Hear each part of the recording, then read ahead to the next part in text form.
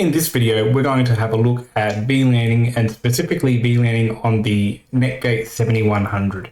You can see it in the diagram. It has 8 Ethernet ports. All of them are, or some of them are in use, not all of them. And specifically the last one, the 8th Ethernet port, that's the one that we're going to VLAN off into VLAN 9. So we'll go to Interfaces and Assignments.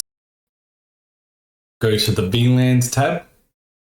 And we'll click on Add. You can see here the VLANs that already exist, the two top ones, 4090, that's the WAN as you can see, 4091 is the LAN, and by default on a 7100 series router, all 8 Ethernet ports, or all 7, sorry, so from Ethernet 2 through 8 are on VLAN 4091.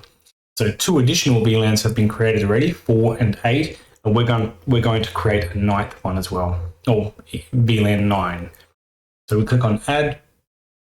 On a 7100 series, we choose the lag as the parent. It'll be VLAN 9. The naming convention I've gone for on this router is VLAN and then the VLAN number. And incidentally, it's good practice, or at least some people think it is, and I'm one of them, who use if possible, use the 3rd octet of the IP address in a Class C IP address as the VLAN identifier. So you could imagine that VLAN 9 would be 192.168.9.0/24. It makes it easy to identify which VLAN we're working on just by knowing the IP address. Click Save. Go to the interface. We'll click Add.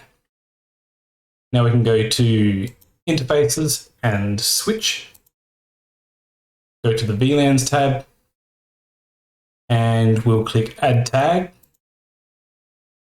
VLAN tag is 9, the description, just to remain consistent. And we're dealing with the 8th Ethernet port. And because of the way the 7100 series works, we need to tag the 9 and 10 as they will be the uplink through the lag to pfSense, and it's a load balance situation. In this case, it's always 9 and 10 on a 7100 series that needs to be tagged. The member that we're actually talking about, in this case, it's only one, it's port 8, that does not need to be tagged. Click Save. Now that we have added the 8th Ethernet port to VLAN 9, we need to remove it from VLAN 4091. So we edit 4091, we find the 8th, we delete it, and we hit Save. Now we go to Ports. We can see ETH8 is still on the default. We'll change that to 9.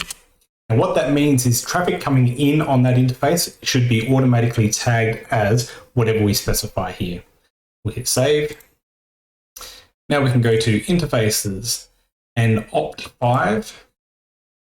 We'll change the name to VLAN 9.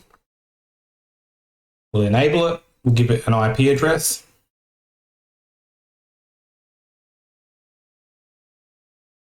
/24, and we hit Save and Apply. Excellent. Now we can go to Firewall and Rules. Go across to VLAN 9. We can see there are no rules here, so we can add one. And in this case, we'll be quite liberal, but obviously in a corporate environment, you'd be very specific about this. We'll say any, which basically is firewall talk for will allow all protocols and all ports. And hit Save. We hit Apply. One thing left to do is DHCP. If we go to the DHCP server, go to LAN 9, VLAN 9, we enable DHCP on this interface, and we set ourselves a range.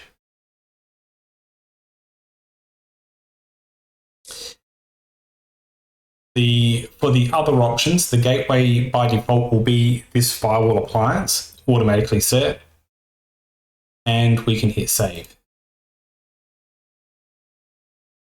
Okay, at this point we're done. Any device that's plugged into ETH8, if it's a switch, that's fine, or it could be a computer plugged in directly, or a printer, or anything else.